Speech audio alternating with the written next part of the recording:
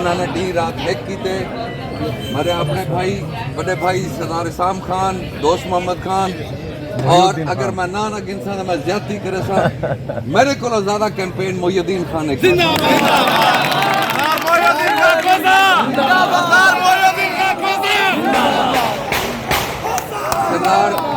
सरदार आसिम खान मोहिउद्दीन खान ए अगर